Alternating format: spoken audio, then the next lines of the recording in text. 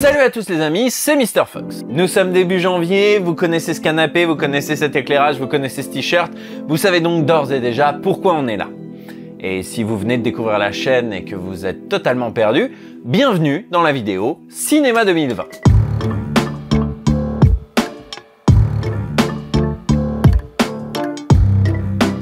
Alors avant de commencer cette petite vidéo, on va se repasser pour le plaisir la fin de la vidéo de l'année dernière. Pour 2020, je promets de voir plus de films et de vous faire un top et un flop en bonne et due forme à la fin de l'année. Ouais. Les choses se sont pas tout à fait passées comme je l'espérais. Alors j'ose espérer que personne ne me tiendra rigueur d'être moins allé au cinéma cette année, dans la mesure où ils ont été fermés 6 mois sur 12. Mais c'est vrai que j'aurais pu pallier à tout ça en regardant des films en VOD, en SVOD, en DVD. Il y a eu des très bonnes sorties, notamment sur Netflix. Il y a eu Mank, il y a eu Uncut Gems, il y a eu les 7 de Chicago. C'est vrai, j'aurais pu le faire, j'aurais dû le faire même. Mais je ne l'ai pas fait. Pour tout un tas de raisons, la sinistrose a sans doute un petit peu joué. Et puis évidemment, j'ai beaucoup travaillé sur le dernier Fox DVD, le Parlons VF sur Futurama. Ce sont, cela dit, des explications et non pas des excuses, car n'en déplaise à Manuel Valls, expliquer ce n'est pas excuser. Bref, je n'ai pas atteint l'objectif que je m'étais fixé, à tel point que je me suis demandé si j'allais bel et bien faire une vidéo cinéma cette année. J'ai longuement hésité, et puis finalement j'ai décidé de le faire quand même parce que c'est notre rendez-vous quoi. C'est notre rendez-vous annuel pour parler de cinéma. En effet, ça fait maintenant 6 ans qu'on se réunit chaque année pour discuter de l'année passée, que j'ai vu suffisamment de films pour faire un top ou non. Ça débat dans les commentaires, je vous parle des films qui m'ont plu, qui m'ont déplu. C'est toujours un super espace d'échange et de discussion, donc voilà, j'avais quand même envie de le faire cette année. Puis entre nous, on a annulé suffisamment d'événements cette année pour avoir annulé en plus le Top Cinéma 2020. Sans déconner, on a annulé les JO, on a annulé l'Euro de football, on a annulé le Festival de Cannes, le Hellfest et la Japan Expo, on va pas en plus annuler le Top Cinéma 2020. D'autant plus qu'en termes de santé publique, y a rien qui interdit qu'il ait lieu. Du coup, j'ai décidé de faire quand même cette vidéo dans ce canapé et avec ce t-shirt. Et pourtant, j'en avais un autre de t-shirt à vous montrer. Allez, je vous le montre quand même. Il est pas mal, non? Franchement, regardez-le bien, il est plutôt pas mal, non? Ça fait maintenant quelques années que vous pouvez me voir de temps en temps au détour de certaines vidéos avec un t-shirt assez grossier Gravity meilleur que Interstellar. Et ça fait un moment que j'ai envie de le mettre à disposition du public, des quelques spectateurs qui, comme moi, pensent que Gravity est effectivement meilleur que Interstellar. Malheureusement, le logo de Gravity, le logo d'Interstellar, les titres avec cette typographie précise, tout ça est sous copyright évidemment de Warner, donc il est impossible de le commercialiser tel quel. Et puis en plus de toute manière, il est assez moche, franchement. C'est pourquoi le sympathique graphiste Julien Dage a travaillé pour donner ce visuel qui transmet le même message avec une graphie à peu près similaire mais pas tout à fait et qui permet de retransmettre le message Gravity meilleur que Interstellar de manière totalement copyright free. C'est donc le premier visuel de la boutique de t-shirts que certains me réclament depuis un bon moment. On est en train de travailler sur d'autres designs, notamment à base de boules de popcorn. Je vous tiens au courant, mais vous pouvez d'ores et déjà acheter celui-là sur le lien qui est en description. Et puis si vous pouvez pas encore, ça se fera dans quelques heures. Voilà, c'est la fin de la petite parenthèse t-shirt. Et parlons un petit peu de cette année 2020.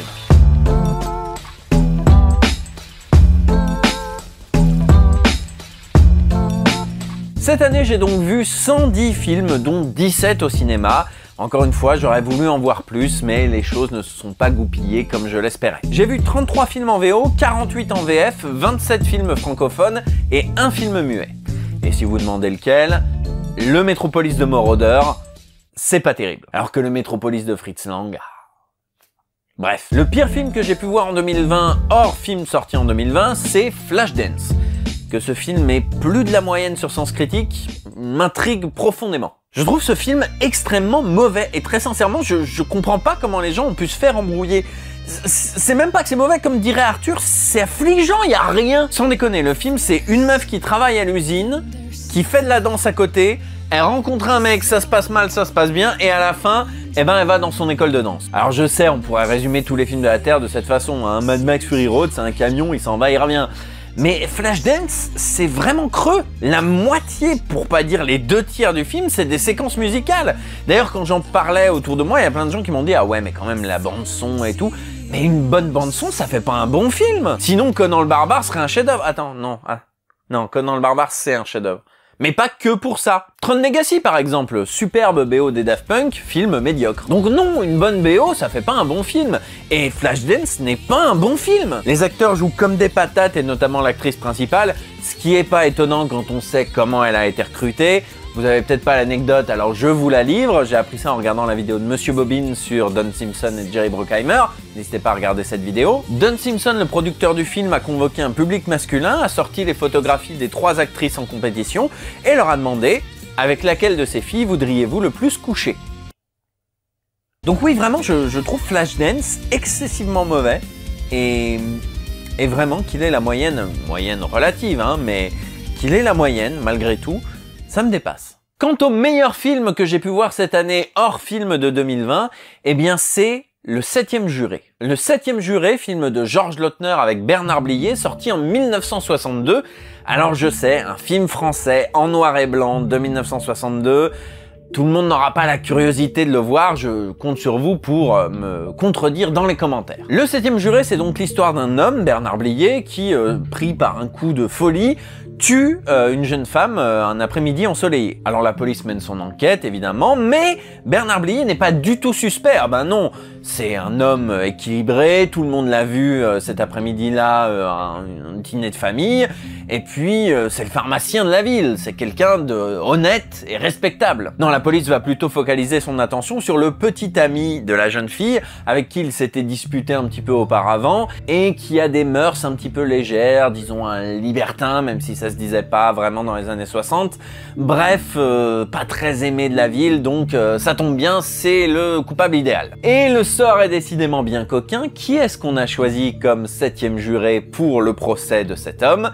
Bernard Blier. Tom, si l'ironie était faite de framboises, nous aurions de quoi faire un certain nombre de tartelettes. Le personnage de Bernard Blier va donc tout faire pour innocenter le jeune homme sans pour autant montrer sa culpabilité. Et vous allez voir que c'est pas aussi simple que ça. J'ai vraiment adoré le 7e juré, je m'y attendais vraiment pas, c'est pour moi un des meilleurs films de procès que j'ai vu depuis 12 hommes en colère. Les acteurs sont brillants, à commencer par Bernard Blier qui est vraiment incroyable de justesse dans ce film. Le message du film sur le tribunal populaire est plus que jamais d'actualité. Il y a une tension pendant tout ce film, c'est vraiment incroyable. Et je vais pas vous mentir, il est entré direct après l'avoir vu dans le top 100 de mes films préférés. J'aimerais bien d'ailleurs vous faire une petite vidéo sur le sujet, un de ces 4, un peu comme avait fait In the Panda, un truc un peu musical. Je continue d'y réfléchir, je vous tiens au courant. Parlons maintenant des films de 2020. J'en ai vu 18. Les 17 films que j'ai vus au cinéma, plus Saul que j'ai vu quelques jours avant de tourner cette vidéo.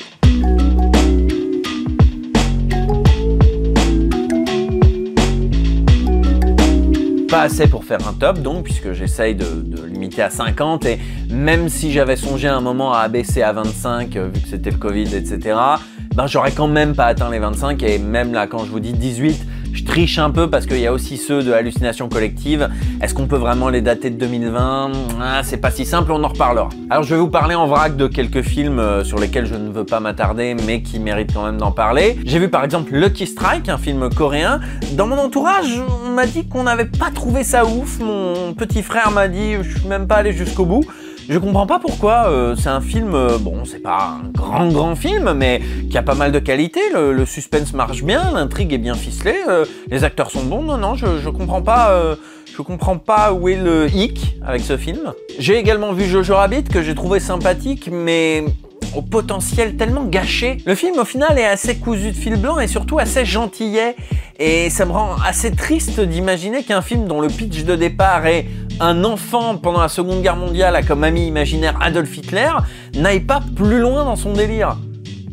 Dommage. J'ai également vu Sonic le film, sur lequel il n'y a pas grand chose à dire parce que c'est un film assez dans la norme, assez moyen, assez cousu de fil blanc, mais qui se regarde malgré tout. Je tenais quand même à en parler pour 2 raisons. D'abord, Jim Carrey. Oh putain, ça fait plaisir de voir Jim Carrey qui s'éclate à nouveau sur un rôle comique. Ah, c'est tellement grisant, c'est tellement génial. Et en plus, Emmanuel Curtil, la voix française de Jim Carrey, est impeccable. C'est du génie. C'est trop cool. C'est trop cool. Voyez Sonic le film si vous aimez Jim Carrey. Et puis, deuxième point sur lequel tout le monde m'a demandé de m'exprimer. Oui, Malik Bentala, la voix française de Sonic, est nul. Nul à chier. C'est un des pires star talents que j'ai vu depuis Koei sur School of Rock. Il est archi mauvais, il est pas synchro, il est pas dans le personnage, il a rien compris. C'est affligeant, vraiment. Si vous devez voir Sonic le film, je vous conseille la version Bentales qui circule sur internet. En gros, il y a une bande de bricoleurs qui ont pris la VF de Sonic le film et tous les passages où Malik Bentala parle, ils ont remplacé la VF par la version québécoise où Sonic est doublé par Maël Davansoulas. Du coup, on a les avantages de la VF, à savoir Emmanuel Curtil sur Jim Carrey, sans les inconvénients, c'est-à-dire Malik Bentala. Donc si vous devez voir Sonic le film, sachez qu'une version Bentales existe. Je pourrais pas vous dire où, mais elle existe. Et puis je voulais aussi vous parler rapidement de Balles perdues. Pourquoi vous m'avez tant parlé de ce film? Balles perdues, c'est une production française Netflix avec Alban Lenoir et Ramzy Bedia, où en gros un ancien repris de justice gardé à la bonne par un commissaire de police se retrouve dans une histoire de flic corrompu qui deal de la drogue, etc. machin. Je comprends pas, qu'est-ce qui vous a tant excité dans ce film? C'est pas terrible, franchement. Alors oui, Alban Lenoir est un super acteur cascadeur, mais c'est pas nouveau pour le coup. N'hésitez pas à voir Anti-Gang ou Un Français. Alban Lenoir est excellent. Il est excellent dans tout ce qu'il fait, Alban Lenoir. Même quand il se branle dans Les Gamins, il est très très bon. Oh, t'es une bonne maman, tu fais de la bonne confiture. Alors c'est quoi? C'est Ramzy dans un rôle sérieux? Mais voyez Terminal Sud, et même voyez Steak. Steak, c'était déjà un rôle plus ou moins sérieux de Ramzy. Et il était déjà bon, et c'était il y a 13 ans maintenant. Écoute-moi bien. Je vais pas te le dire 10 fois. Je crois que tu comprends pas. Je te parle sérieusement d'homme à homme. Il y a des fois, il faut savoir écouter. Et c'est maintenant. Je ne veux plus jamais te revoir. Tu ne viens plus frapper chez moi. C'est compris? Du coup, je comprends vraiment pas qu'est-ce qui vous a hypé dans ce film, parce que le scénar est digne d'un mauvais Olivier Marchal. Non, pardon, le scénar est digne d'un Olivier Marchal. Oh le bâtard! Avec des histoires de flics ripoux qui dealent de la drogue et qui sont trop dark, et du coup il y a le repris de justice en qui personne ne croit, qui va venger la mort de son mentor en faisant ce qu'il sait faire de mieux, nanana. Ouais, entre Olivier Marchal et une bessonnerie quoi. Et puis la réalisation est franchement naze. Je veux dire, à quoi ça sert d'avoir un super Alban Lenoir si c'est pour surcuter ses scènes d'action de manière à ce qu'on profite absolument pas de son talent de cascadeur? Sans déconner, les gens qui ont fait ce film, pourquoi prendre Alban Lenoir, qui est un super acteur cascadeur, si c'est pour mal filmer ses scènes d'action? Vous êtes des cons. Parenthèse fermée pour Balles perdues, parlons maintenant des quelques films dont je tenais absolument à vous parler, que j'ai vu en 2020. Alors d'abord, il y a Terrible Jungle, et je pense que vous l'avez pas vu dans beaucoup de tops, ni dans beaucoup de flops, peut-être un ou deux, mais vous avez pas dû en entendre énormément parler de Terrible Jungle. Et pourtant, c'est un super film, c'est une super comédie française, et j'ai pas autant ri dans un cinéma depuis un bon moment. Peut-être 22 Jump Street. Terrible Jungle, c'est le premier film, en plus, de ces deux réalisateurs, Hugo Benamozig et David Caviglioni. Le film raconte l'histoire d'un anthropologue qui tient absolument à faire un voyage dans une tribu rarement exposée, dont personne n'a vraiment entendu parler, etc., pour faire un petit peu sa thèse dessus. Et sa mère, qui n'a plus de nouvelles de lui depuis quelque temps et qui ne lui fait absolument pas confiance, décide de partir à sa recherche, accompagnée des gendarmes français qui traînent dans le coin, et qui sont une belle bande de branquignoles. C'est un film vraiment très drôle qui casse totalement l'image d'Épinal qu'on a de la comédie française. C'est pas une comédie lourdingue à la Antoniente, c'est pas une comédie sur le vivre ensemble, etc., qui au final s'avère raciste, c'est pas une bounerie, c'est pas les tuches, c'est rien de tout ça. Terrible Jungle, il tape plutôt dans l'humour absurde, dans le loufoque, dans l'humour un petit peu méchant aussi. Bref, c'est pas vraiment ce qu'on a l'habitude de voir. Vincent de Dienne, dont pourtant je ne suis pas excessivement fan, est plutôt bon dans ce film. De même que Catherine Deneuve. Catherine Deneuve, c'est un peu la mama, et ça fait toujours plaisir de la voir dans ce genre de rôle. Leila Bekti est très bien aussi, mais celui qui est le plus drôle, c'est assurément Jonathan Cohen. Franchement, il est très très drôle, hein. Pardon. Je ris, mais... Pourtant, Jonathan Cohen, je le trouve pas bon partout. Il faut savoir bien le diriger, il faut savoir bien s'en servir de son Jonathan Cohen. Et par exemple, je suis pas fan de Serge le Mito. Je trouve qu'on lui laisse un petit peu trop faire n'importe quoi. Et du coup, je trouve que c'est un peu longuet, Serge le Mito. Dans Terrible Jungle, Jonathan Cohen est parfait. Il est vraiment utilisé à bon escient. Il a des scènes de pure bêtise incroyables. Vous savez que je suis un fan de comiques de répétition. Je peux pas vous en dire plus, mais vraiment, vraiment, il est bon. Rien que de repenser à sa scène, ça m'amuse. Le film est sorti en DVD le mois dernier, donc vraiment n'hésitez pas à le voir. C'est vraiment une bonne surprise, je vous garantis pas que c'est la comédie française de la décennie, hein. Mais moi personnellement, j'ai été très agréablement surpris. Le film m'a beaucoup fait rire, plus que d'autres films pourtant très drôles, comme Tout simplement Noir, qui sont sortis cette année. Donc voyez Terrible Jungle, en plus ça cassera un petit peu cette image, encore une fois, des comédies françaises. Autre film dont je voulais vous parler, Les Nouveaux Mutants. Ah, Les Nouveaux Mutants.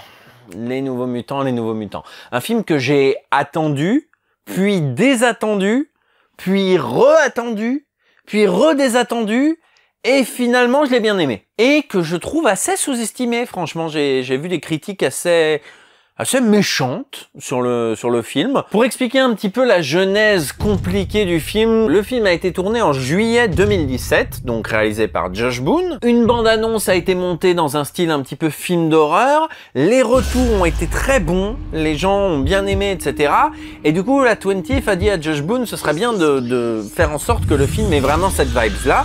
Il y a des reshoots qui ont été commandés. Et puis ensuite, la 20th Century Fox a été rachetée par Disney, qui n'en avait plus rien à foutre de New Mutants. Les reshoots ont été annulés, puis le film a été reporté, puis re-reporté avec le Covid. Et finalement, de ce que dit Josh Boone en interview, le film qui est sorti cet été est le film qu'il voulait. Le film tel qu'il l'avait originellement pensé. Donc visiblement, il n'y a pas eu de reshoot, il n'y a pas eu de directive de Disney, et les directives de la Fox ont finalement été annulées. Donc a priori, le film Les Nouveaux Mutants est bel et bien le film que voulait Josh Boone. Et il est pas mal. Donc pour vous expliquer, New Mutants, ça se passe dans un institut censément hospitalier, mais on va vite se rendre compte que c'est plutôt un pénitencier, où sont emprisonnés plusieurs mutants qui auraient des pouvoirs incontrôlables, et donc qui sont un petit peu sous le joug d'une médecin qui fait des expériences sur eux, et c'est pas cool. Et pendant ce temps-là, ils fraternisent, etc. Et puis voilà, je ne veux pas vous raconter la suite, mais c'est très cool. Pour la petite parenthèse, et je pense que c'est une question que tous les gens qui ont vu Les Nouveaux Mutants se sont posés, je ne comprends pas pourquoi Disney a annoncé fièrement en grande pompe avoir un couple homosexuel dans Star Wars ou dans Avengers, je sais plus, qu'on voit 2 secondes à la fin, alors que c'est le cœur même du film Les Nouveaux Mutants. Je ne comprends pas. L'homosexualité, ça a toujours été une thématique sous-jacente de X-Men, notamment X-Men 2. Je pense qu'il y a énormément de scènes de X-Men 2 qui font passer ce sous-texte-là. Dans Les Nouveaux Mutants, c'est ouvertement assumé, et la manière dont c'est traité à travers aussi la mutation, c'est vraiment très chouette. Les acteurs sont tous très bons, les scènes de tension marchent très bien, il y a vraiment une ambiance qui se dégage, qui est assez hypnotisante. Moi, j'ai vraiment aimé le mood dans lequel le film m'a plongé. C'était assez particulier, et à vrai dire, j'ai pas vu d'autres films de la franchise X-Men évidemment, mais même j'ai pas vu d'autres films de super-héros, de comic book qui m'ont plongé vraiment dans cette ambiance-là. Alors évidemment, il y a des choses à reprocher au film. Moi, je lui reprocherais surtout son dernier quart d'heure, qui fait vraiment, il nous fallait une scène d'action finale. C'est dommage parce que ça me semblait pas nécessaire, et il me semble que le film aurait été plus en phase avec lui-même en giclant ce truc-là qui fait vraiment forcé, quoi. Mais malgré tout, je trouve le film assez sous-coté. Je pense qu'il a hélas pâti de la réputation de sa genèse. Je pense qu'il y a des gens qui se sont dit « Ah, Disney a dû tout trafiquer, ça ne m'intéresse pas ». Des gens qui se sont peut-être dit dès la première bande-annonce, un film d'horreur avec des ados, ça m'intéresse pas. Je sais pas qu'est-ce que les gens ont eu comme a priori pour se désintéresser à ce point-là du film. Mais personnellement, j'ai été plutôt agréablement surpris. C'est pas le film de l'année, mais ça reste un bon film, et notamment un bon film X-Men. Autre film que j'ai vu cette année, un film que j'attendais depuis presque 10 ans. Non, il ne s'agit pas de Kaamelott le film, qui a été reporté à mon grand désespoir, mais bel et bien de La Vengeance 2. Non, c'est absolument pas une blague, j'attendais vraiment énormément La Vengeance 2. La Vengeance 2 qui est donc la suite de La Vengeance, le film de Morsay, célèbre rappeur de Clignancourt, rendu célèbre par sa vidéo Réponse à Internet. Des mecs qui m'envoient des messages sur Internet, je vous nique vos mères la pute, bande de fils de pute, je suis à Clignancourt, bande de pute. Cliquez, bande de salopes, laissez des commentaires, bande de salopes, clique, salope. Je ne pourrais pas vraiment vous dire de quoi parle La Vengeance 2, d'une part sans vous spoiler, et d'autre part parce que j'ai pas très bien compris moi-même de quoi parlait La Vengeance 2. J'avais très peur de La Vengeance 2 et j'ai été à la fois agréablement surpris et déçu. Agréablement surpris parce que le film est mauvais, ça évidemment, comme le premier, mais il est sincèrement mauvais. Pour être honnête avec vous, La Vengeance 1 était un assez mauvais film, et même un très mauvais film, mais qui se tenait et surtout qui avait envie de dire des choses. Et là-dessus, je vous recommande l'excellente vidéo de Michael Gray sur le sujet, je vais mettre un lien quelque part. Il a bien saisi le film dans sa vidéo, donc vraiment si vous n'avez pas vu La Vengeance, ou si vous avez vu La Vengeance mais que vous voulez un petit peu vous le remettre en tête, n'hésitez pas à regarder la vidéo de Gray. Le problème quand on fait un film qui s'avère mauvais et qu'on veut faire une suite, c'est qu'on peut très vite tomber dans le piège de faire un film volontairement mauvais. Un film à la Asylum, vous voyez, où on fait exprès de faire un film mauvais. Et faire exprès de faire un film mauvais, c'est selon moi la pire manière de faire un film. Vraiment, vous voyez les films Asylum, non voilà, vraiment... Ah. Et j'ai été rassuré de voir que La Vengeance 2 était tout aussi sincère que le premier. Et du coup, aussi sincèrement raté. Vérifiez juste... Ouais, c'est bon. Vous voyez ça, c'est moi qui viens de débrancher le micro-cravate en voulant vérifier qu'il fonctionnait bien. Yes. Et en même temps, une vidéo cinéma de l'année sans problème de micro. Est-ce que c'est vraiment une vidéo cinéma de l'année? Le film est très court, hein, il fait même pas 1 heure. Et puis on sent le gap qui a eu lieu dans le tournage de la première partie et le tournage de la deuxième partie. Je vais pas vous en dire plus, mais on sent et ça fait un peu pitié. Et puis globalement, à part une scène dans un hôpital, bah, le film a pas grand chose à raconter. C'est pas très intéressant, c'est pas... Enfin, voilà quoi. Il y a quelques scènes évidemment surréalistes de nullité. Il y a quelques défauts techniques, quelques maladresses, quelques trucs qui feront sourire certains d'entre nous. Et puis des mauvais moments de jeu d'acteur qui vous feront rire, il y a pas de souci. Mais il est clairement pas aussi réussi dans le sens qu'il se tient pas autant. Il fait moins film, on va dire, que le premier. Donc oui, La Vengeance 2 est raté, comme le 1 était raté, et il est à la fois moins raté et plus raté. Donc si vous avez aimé La Vengeance 1, n'hésitez pas à regarder La Vengeance 2, et si vous voyez pas ce que c'est La Vengeance 1, voyez La Vengeance. Autre film que j'ai vu cette année, un film qui, s'il y avait eu un top, aurait été numéro 1, un film incroyable, c'est bien évidemment Un pays qui se tient sage. La démocratie, c'est pas le consensus, c'est le dissensus. Nous ne pouvons pas être tous d'accord. Quand je vois ces gens, et on va encore accuser la police sur ce coup-là d'être violente? Qui a la légitimité statutaire de dire vous êtes violent? Mais mon Dieu, il y a des jeunes enfants, mais sérieusement! Rien n'est caché. Ce qui se passe est maintenant révélé à la face du monde par des vidéos qui sont amplifiées. Est-ce que c'est normal ça? Arrêtez! Ce qu'on peut appeler une police républicaine, c'est justement une police qui est au service du peuple et non pas au service de l'État. Bah oui, on est sur une chaîne de gauchias, hein, je pense que vous le savez depuis le temps, hein. Comment je pourrais vous parler d'un pays qui se tient sage? Un pays qui se tient sage, c'est un film important. Je sais que ça fait un peu formule toute faite, mais ouais, c'est un film important, et ça me désole de le dire, mais c'est un film qu'il fallait voir en salle. Voilà, le problème c'est que quand les salles vont rouvrir, il sera plus à l'affiche.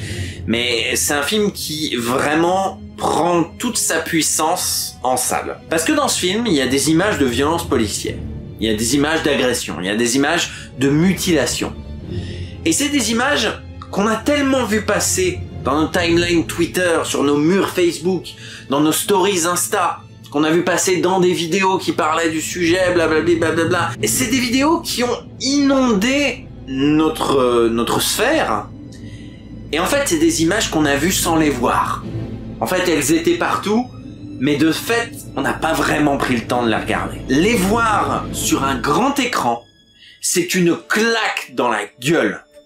C'est ahurissant, c'est invraisemblable, c'est des images qui font mal, c'est des images qui font peur, c'est des images qui choquent, qui terrifient. Et on confronte à ces images soit les victimes, soit des journalistes qui ont couvert l'événement, comme Tara Bouaf, soit des représentants d'un syndicat de police, et ils parlent de ces images, ils parlent des événements, ils parlent de ce qu'ils ont vécu, et c'est fou.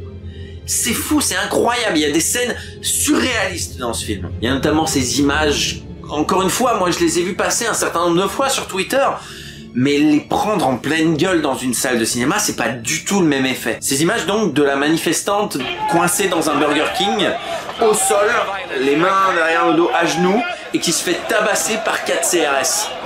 Alors qu'elle est désarmée, qu'elle oppose aucune résistance, elle se fait déglinguer la gueule par 4 CRS. Et face à ces images, on met Tara Bouaf et on met un représentant du syndicat de police. Et Tara Bouaf demande, mais qu'est-ce qui peut justifier des images pareilles? Comment on peut en arriver là? Comment on peut en arriver là? Moi, ce film, il m'a d'autant plus fait mal que quelques mois après, j'ai revu lors d'une séance cinéma présentée par Bolchegeek et Cinéma et Politique, 2 super chaînes dont je vous recommande l'abonnement. Bref, j'ai revu en séance spéciale Punishment Park de Peter Watkins. Un documentaire des années 70, un petit peu dystopique, où en gros on propose à des jeunes rebelles, objecteurs de conscience, ce genre de choses, soit de faire de la prison, soit de participer à Punishment Park. Et Punishment Park, ils ont 3 jours pour atteindre un drapeau qui est à quelques kilomètres de là, sans se faire attraper par la police. Un combat évidemment perdu d'avance, mais surtout un film où on parle beaucoup. Et notamment la police. Et de voir que la police de Punishment Park tient des propos qu'on retrouve dans les représentants du syndicat de police Alliance.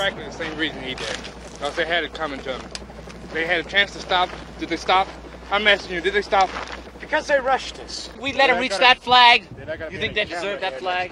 Tear about this country as much as well, what the hell are they doing out here, huh? Tear that flag down. They gave up their right to the protection and freedom of this country when they started bringing us. We are here for to enforce those laws of this country. That's what we're here. That's what we do, and we do a goddamn good job of it. C'est fou.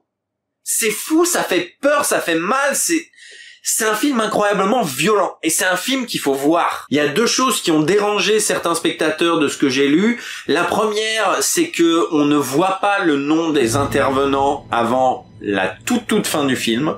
Les gens parlent sans qu'on sache qui ils sont, même si on le devine parfois, hein. Je veux dire, on voit une image d'un mec qui se prend un LBD dans l'œil, et ensuite on voit un mec borgne.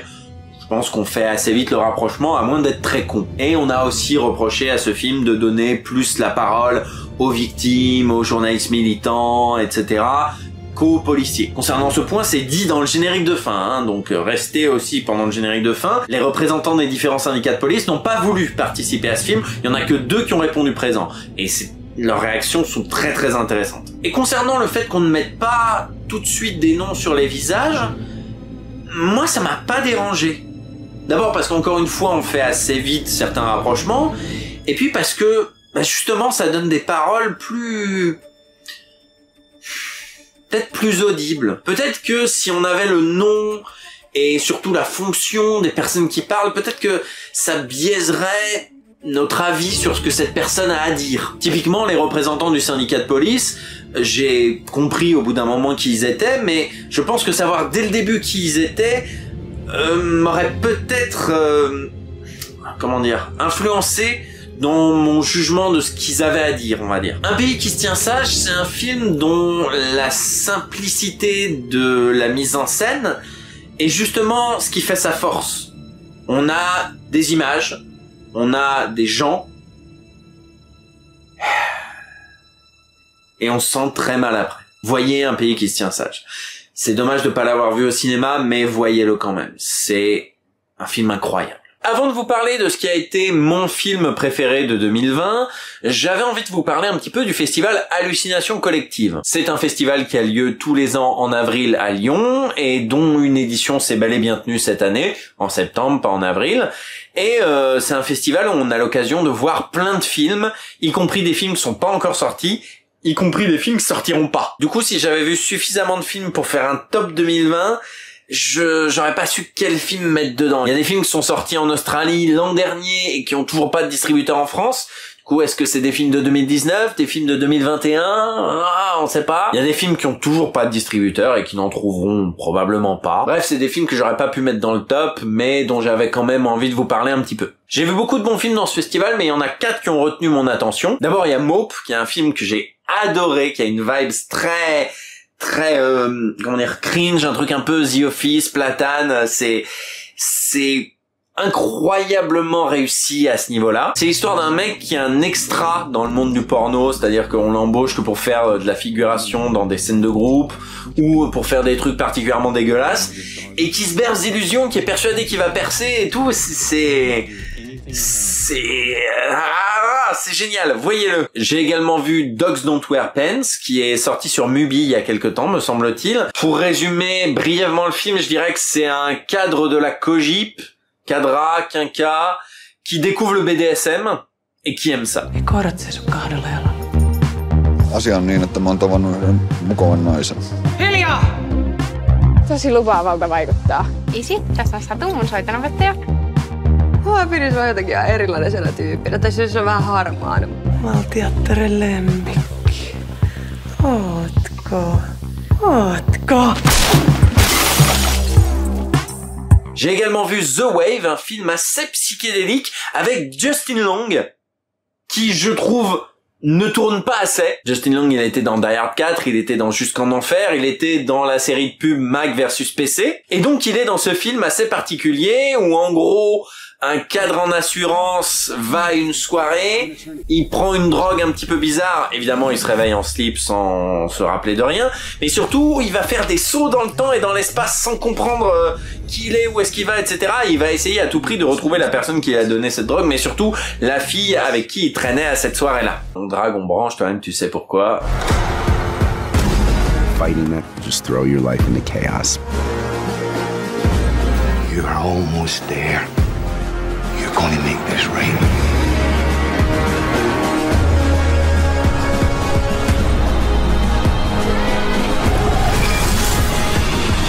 That's a twist. Mais le meilleur film que j'ai vu dans ce festival, c'est The Nightingale. C'est un film australien qui se déroule au 19e siècle et qui raconte l'histoire d'une Irlandaise qui est plus ou moins une esclave, qui essaye de gagner sa liberté, dont la famille a été massacrée et qui va donc se lancer dans une quête de vengeance accompagnée d'un aborigène. Alors évidemment, elle est complètement raciste, donc de fait, elle ne peut pas blairer l'aborigène, qui le lui rend bien, mais malgré tout, ils vont faire route ensemble pour atteindre cet objectif. Every tear will turn a man. They close.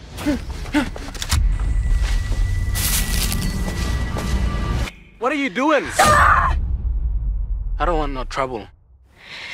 C'est un film visuellement somptueux déjà. Visuellement, le film est une très très grande réussite. Il y a des plans absolument magnifiques. Les deux acteurs sont prodigieux. Je ne les connaissais pas avant ce film et vraiment ils sont très très bien. Le film nous plonge totalement dans son ambiance un peu brumeuse.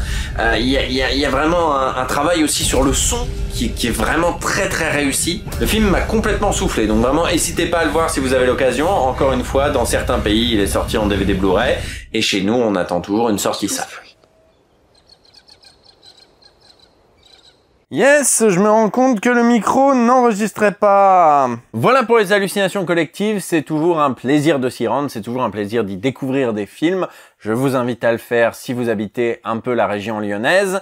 Mais on va terminer malgré tout cette vidéo sur une note un peu plus convenue, vous avez vu le titre. Tout comme l'an dernier j'avais terminé sur La Reine des Neiges 2, terminons cette année avec Saul.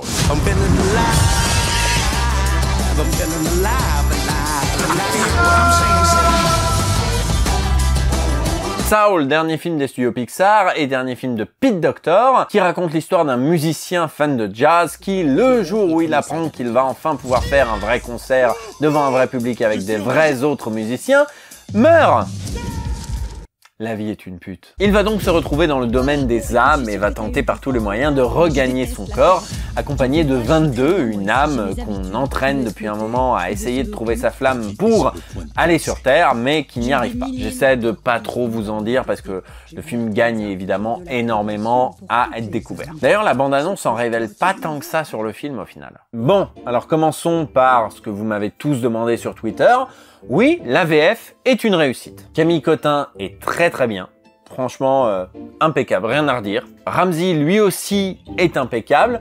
On reconnaît que c'est Ramzy, mais très vite, on n'y fait plus attention. Un peu comme quand on reconnaît Emmanuel Curtil ou Patrick Poivet dans un film. On se dit, ah, c'est Emmanuel Curtil, c'est Patrick Poivet, mais on passe vite à autre chose. Quant à Omar Sy, sur lequel j'ai lu pas mal de commentaires négatifs sur Twitter, bah moi, personnellement, je l'ai trouvé plutôt bon.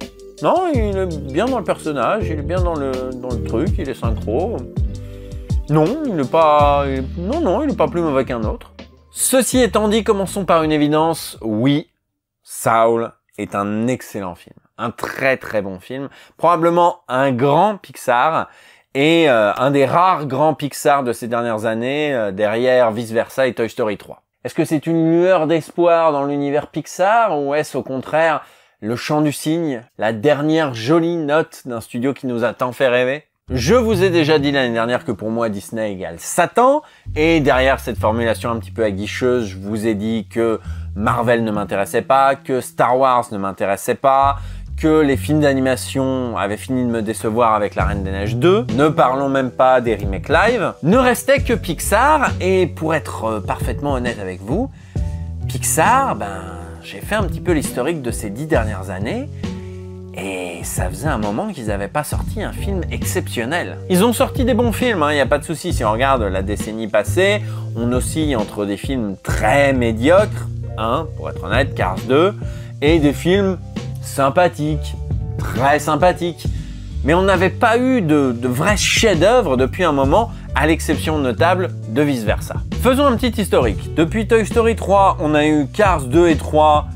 Cars 2 est une purge et une honte, vraiment la tâche dans l'univers Pixar. Et Cars 3 était pour moi une bonne surprise, étant donné mon désamour des deux premiers, mais pas un film incroyable non plus. Rebelle, j'en entends assez régulièrement du bien, mais personnellement, j'ai trouvé son schéma très classique et sa morale de fin assez douteuse. Monstre Academy, sympa, mais vraiment très loin du génie du premier. Le Voyage d'Arlo, qui se souvient du Voyage d'Arlo?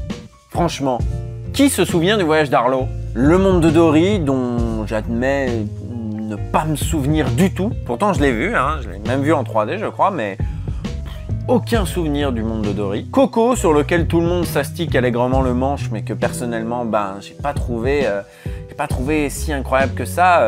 On parle beaucoup de la scène d'émotion de la fin, mais j'en avais parlé dans ma vidéo de l'année, je la trouvais très artificielle. Les Indestructibles 2, sympathique, très sympathique, mais il lui manque cette étincelle, j'ai envie de dire. Toy Story 4, dont j'ai entendu du bien par-ci par-là, mais qui vraiment ne me laisse aucun souvenir, alors que le 3 reste gravé pour toujours dans ma mémoire. Et En Avant, que je n'ai pas vu, on m'a dit qu'il était bien, j'ai même lu des critiques disant le meilleur Pixar depuis des années. Attends, je vais juste vérifier quand même.